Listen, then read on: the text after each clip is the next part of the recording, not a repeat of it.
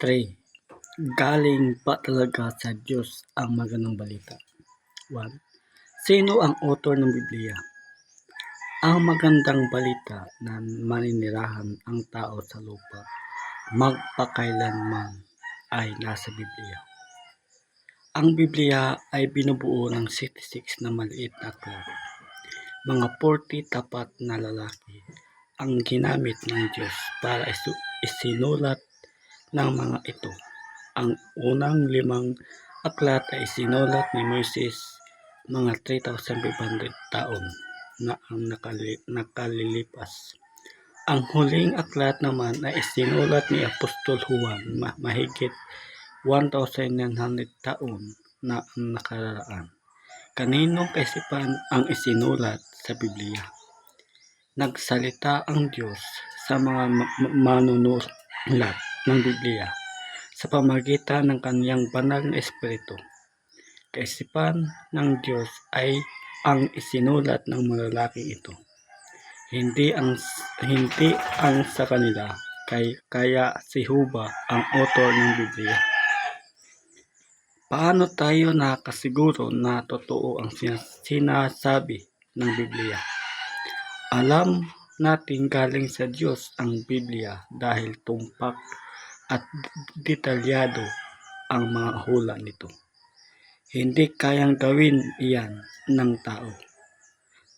Tanging ang Diyos na makapangyarihan sa lahat ang makapagsasabi ang magiging kinabukasan ng sangkatauhan. Siyempre kung ang Biblia ay galing sa Diyos, hindi ito ordinaryong aklat. Bilyon-bilyong kopya nito ang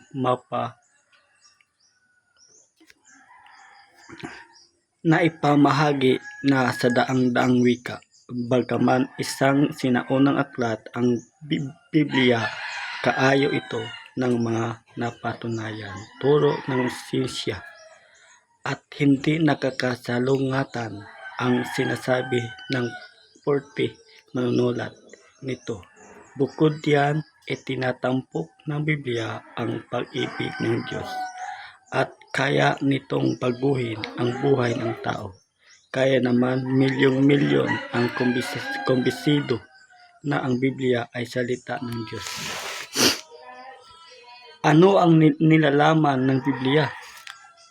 Ang Biblia ay nakapokus sa magandang balita na ang Diyos ay may napakagandang layunin para sa atin.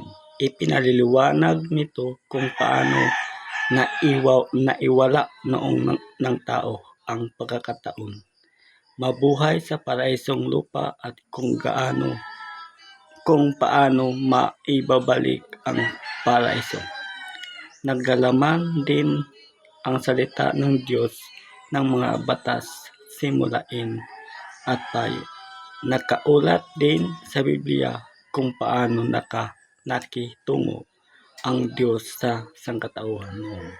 Mula sa mga ulat na ito, malalaman natin ang mga katangian nila.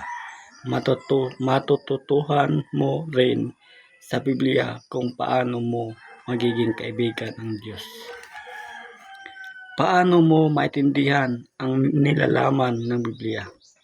Matutulungan ka ng brochure na ito ay maintindihan ang Biblia sa pamamagitan ng pamamaraan ginamit ni Jesus tuwing bumabanggit siya ng teksto. Ipinaliliwanag niya ang kahulugan ng kasulatan.